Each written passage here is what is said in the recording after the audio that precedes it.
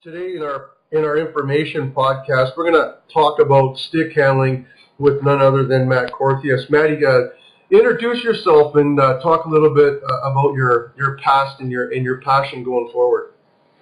Yeah, for sure. Well, first I just want to say thanks a lot for having me on the show and doing the website as well. A little bit about my past. I played professional hockey over in Europe for about 10 years. I've recently moved back to Canada. I became a skills and development coach here, so I've been doing that for the last, let's say 3 or 4 years.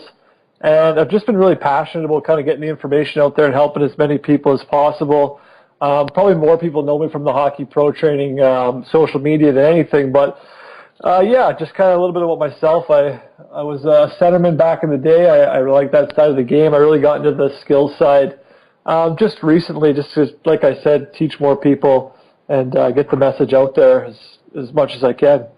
Yeah, it's unbelievable how people that are teaching the game nowadays that have that passion to give back the technical side, how they gravitate to each other. And Sure. I'm excited that we're going to talk about stick handling here a little bit, and I have just a few questions. Well, one of them is, like, I think it's phenomenal that a lot of things, even on hockeyskillstraining.com, a lot of the things that are on there, we're getting so much feedback, even from coaches and our members, about how basic, fundamental all the courses are. And your course is the stick handling side of things. Here's one of the questions I have. Like a lot of times in the course, you reiterate that range of motion, and the range of motion. I know what I like range of motion for as a shooting coach, but in your opinion, like, how does or can this help players, and kind of explain to the listeners what you mean about that statement, range of motion? Well, I think for me, especially in the course, what I found going through the course and making the videos themselves is that it's easy to stick handle the puck right in front of you, right? It's easy to stick handle the puck beside you. It's a little more difficult on your backhand side. But for me, I wanted to have the players comfortable stick handling the puck in all different kind of positions. So that's where the range of motion came in. I wanted them to be able to have that puck way in front of them on their forehand, way in front of them on their backhand, and even way behind them when the puck comes in behind them, right? Because a lot of times in the game, as you know, that puck's not always going to be right in front of you on your stick, right? It's going to be an errant pass that's a foot ahead or an errant pass that's behind you. You got to be able to reach, pick up that puck, control it, and then continue on with what you're doing, right? So that was one of the reasons I wanted to make a few drills and just reinforce that a little bit. I think as well as like setting up different moves and fakes, you got to be able to move that puck all around your body, all around the defenseman's body. And like I said in the get-go, you can't just be comfortable sticky handling that puck right in front of you. You got to be able to move that puck all around yourself in different places to get yourself in different scoring areas, different passing areas, and different shooting areas as well. Absolutely, man. When I see that range of motion with the puck, it's unbelievable how when players at any level practice it, it allows their hands to also elevate that range of motion, which gives them more control. Like you said, like, it's never going to be right in front of you. A situation changes, the pressure comes from different angles, those forechecks, those back checks, and the players that practice that range of motion with the puck in their hands, it seems to me that those are the players that naturally feel those pressures and get the puck into positions to help them to succeed more.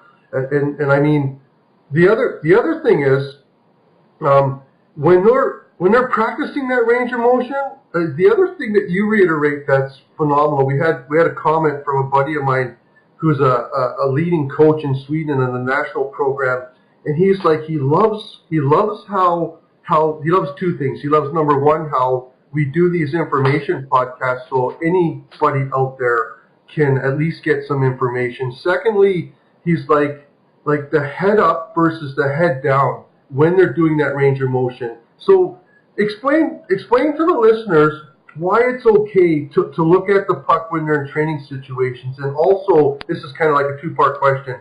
So why it's okay to look at the puck, and also how off-ice stick control and puck handling can help them.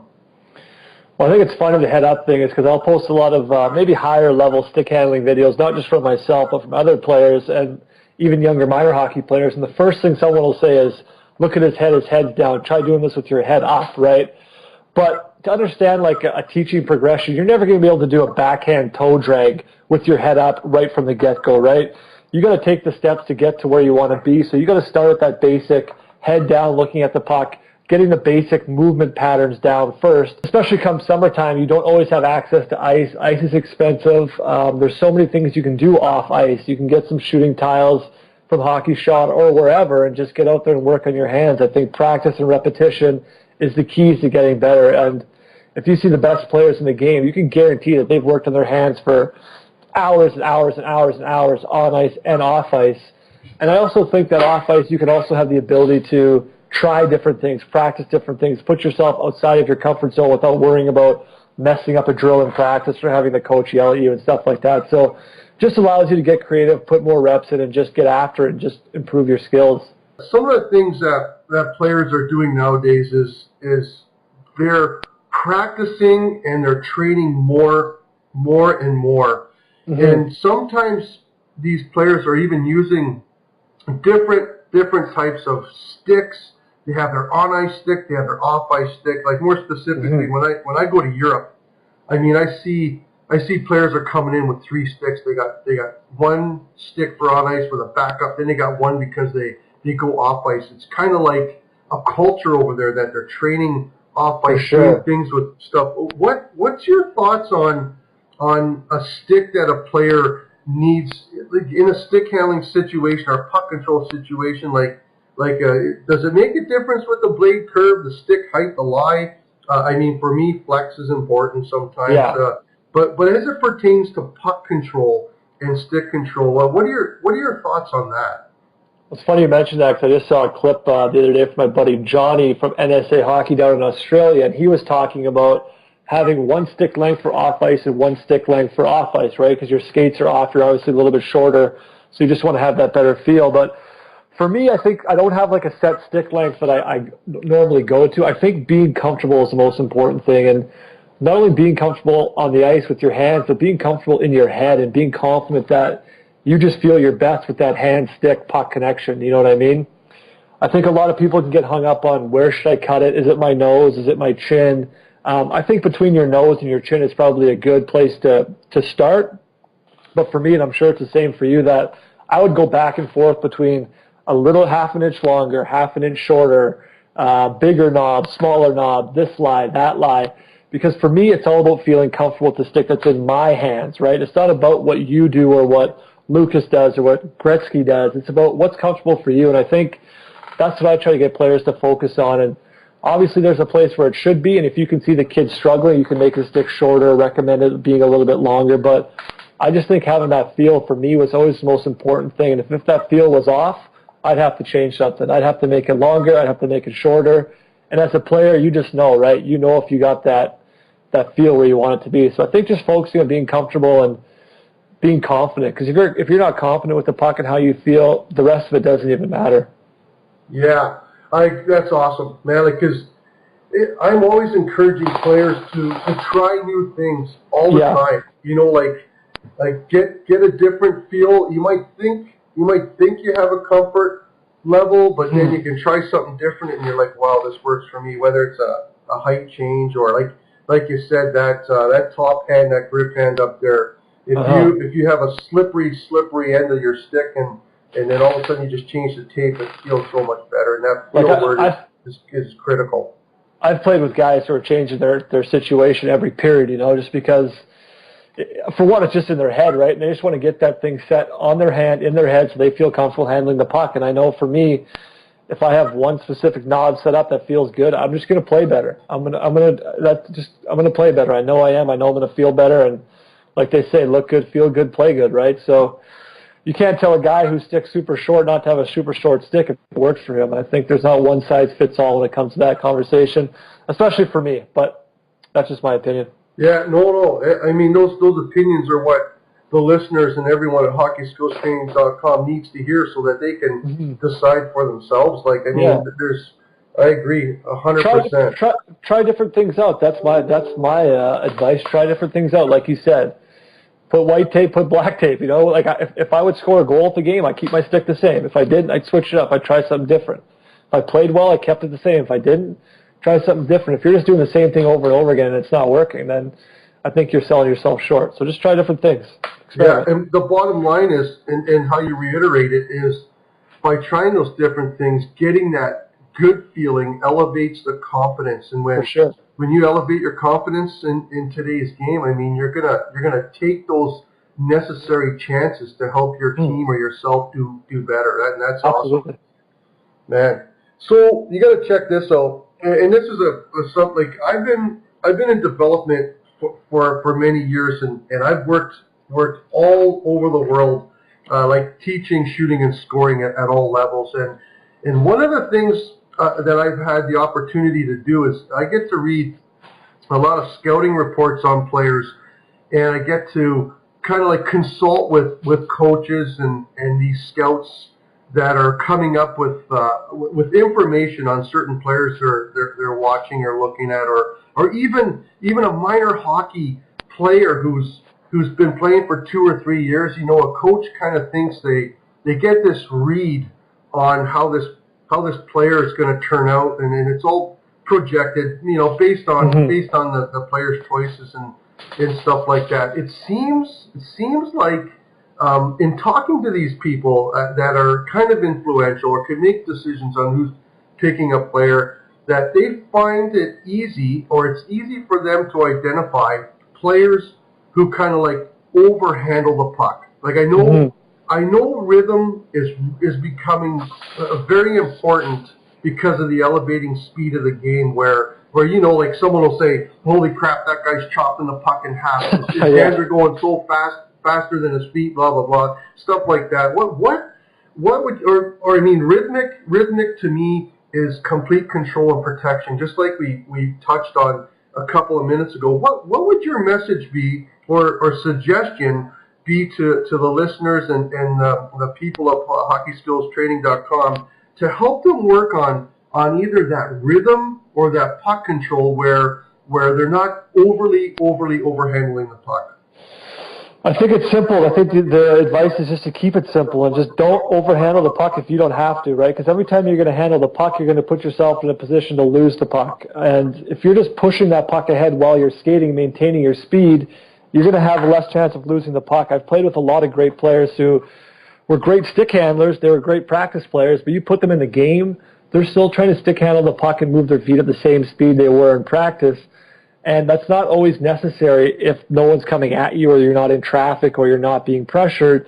You don't need to be toe dragging the puck and backhand spinning the puck and doing a bunch of crazy stick handling moves. You just need to be moving that puck forward and getting that puck going and keeping your momentum going. So I think to keep that puck on your stick as much as possible, that's the goal. The goal is not to be making a zillion moves when you don't have to, right? If you see the best players in the world, I think as fancy and as flashy as they are, they're also keeping it as simple as possible and putting themselves in the best place to make the best moves at all times. And if nobody's on Connor McDavid, watch him with the puck. He's just skating as fast as he can, pushing that puck forward with one hand. He's only going to make that fancy, fast move when someone comes at him, right? So I think just keeping it simple as much as possible. People are always asking me, what's my tip to succeed with this tryout or this game or that special tournament? And the advice is always the same. Just keep it simple. Don't try to overdo it. And I think that applies to handling the puck as well. Well, that's why I remember when we were putting together the videos for hockeyskillstraining.com, and I was watching all the videos on the stick handling that you did, and I'm just going, holy crap! Like, players, they need to see this thing. Like, you bring up keeping it simple. One of the things, and how's this? So you bring up keeping it simple, and you bring up Connor McDavid in the same sentence. And here's what I saw in the past. Like, when we talk about overhandling the puck, a lot of players feel like when they're gaining momentum, getting speed, they're trying to close the gap to get to that defensive player as soon as possible, then do a dipsy dangle and try and go around them. If you look at Connor McDavid, he doesn't try and close the gap on the D-man. He tries to close the gap in the open ice. So he's going wide with speed. And I mean, I've heard all kinds of coaches say, you know what, how do you beat a defender? And it's the basic answer is with speed. You're not gonna nowadays. You're not gonna make them dizzy by moving the puck a lot, but that doesn't mean that you can't go off ice. And this is another thing why I love watching your videos is because all those motion patterns and range of motions you're doing, it can be used as well in hockey, like you say, in the correct situation. And when you come against it, you're going to have those weapons. Otherwise, try and beat because the game revolves around speed. Try and beat those defenders with your speed. Push the puck forward, keep your feet moving, maintain momentum, and get around them. Sorry to cut you off, but if you just take Connor as an example. Watch his videos, watch his highlights when he gets the puck in open ice. I can just see it in my mind right now. He's got one hand on his stick, and he's literally pushing that puck in front of him like he's in Pee-wee, because he's just worrying about skating fast. He knows he can make the move when he gets to the guy, and he has to make the move, right? That's when the move becomes important. When you get to that defender, he's closing the gap. Now you got to make a head fake, toe drag, whatever the move is, right? You're going to find yourself in a million different situations in the game, so you always want to have different tools in the toolbox, like you said. Yeah, keep it simple. Yeah, know what, know when, know how. Exactly. Well said. Here's let's try and leave McDavid out of the conversation here, because you meant, and here's why. Like you mentioned, just to wrap things up here. Really pleased to be able to provide this information to everyone out there. I'm going to let you tell the listeners out there. You bring up the best players in the world. Who would be a few of your favorite players? You're not allowed to use Connor McDavid. Let's go back a little bit in time. Yeah. Think of the stick handling and puck control side of players. Who would be a few of your favorite players that you would tell the listeners to go check out? Well, I think you can look up. I was just thinking about this guy's name, Alexei Kovalev. I think he's got stuff on YouTube, and he was absolutely one of the best stick handlers, maybe of his time, maybe all time, right? He's just silky smooth, not going too fast, but smooth enough to make things happen. You can also look at guys like Patrick Kane. He's absolutely ridiculous with the puck, super quick, super fast. But like I said, he's not overdoing it when he doesn't have to do it. He does it when he has to, and he'll put that little one-hand loop-de-doo through the guy's legs and make stuff happen. But if you look at guys like him and guys I grew up watching like Joe Thornton, just a great set of hands, great passer, great with the puck, great all-around feel for the game. And that's something I like to get across to kids is let's not try to be so one-dimensional where we're always focusing on our skating, our shooting, our passing, our stick handling. Let's try to be all-around players where we're seeing the game better. So when that stick handling comes into play, we can make a quick move, then move the puck, right? That's the goal. You're not going to be sitting there doing my drills all day on the spot just trying to get better. You want to make that quick stick handling move, then move the puck, see the game well, make quick passes, and just get on to the next play and just try to create offense. Oh, man, well said. I mean, before we go here, I got one quick comment and story about Kovalev. I didn't think you're going to bring him up, but he's unreal. In my past, I worked with the Habs, and he did a couple of seasons with the Montreal Canadiens, and I've literally witnessed him on more than one occasion put the puck through someone's tuck blade on purpose. Guys have fun. They got an extra 6-8 minutes. They play some keep away, and his mission was always to put that puck through someone's skate tuck, and he succeeded on more than a couple of times. I've seen him. I can attest for that. The second thing that he made me realize, Kovalev made me realize that puck is a certain size, and it's not big. Yeah. So his confidence level was, I can put this puck anywhere I want it, and if it doesn't go where I want it to, I'm going to try again. Yeah, sure. It's as simple as that. Anyways, not to cut you off, but I would be remiss if I didn't mention Pavel Datsyuk in the stick handling conversation. So another guy to check out on YouTube. One thing I notice about these guys that I try to say in the videos is I want you to practice being smooth and silky with the puck. Not being quick is good, but if you can master being smooth and silky with the puck, you can then advance that to being a little bit quicker and making the quicker moves. But if you watch those guys, man, they're smooth. It looks like they're almost in slow motion sometimes. So those are two guys I'd recommend checking out. Oh, man, 100%. All right, everybody. We hope that you enjoyed our podcast here at hockeyskillstraining.com, and we look forward to giving you some more information in the very near future. Thanks a lot for having me on. That was great, Tim.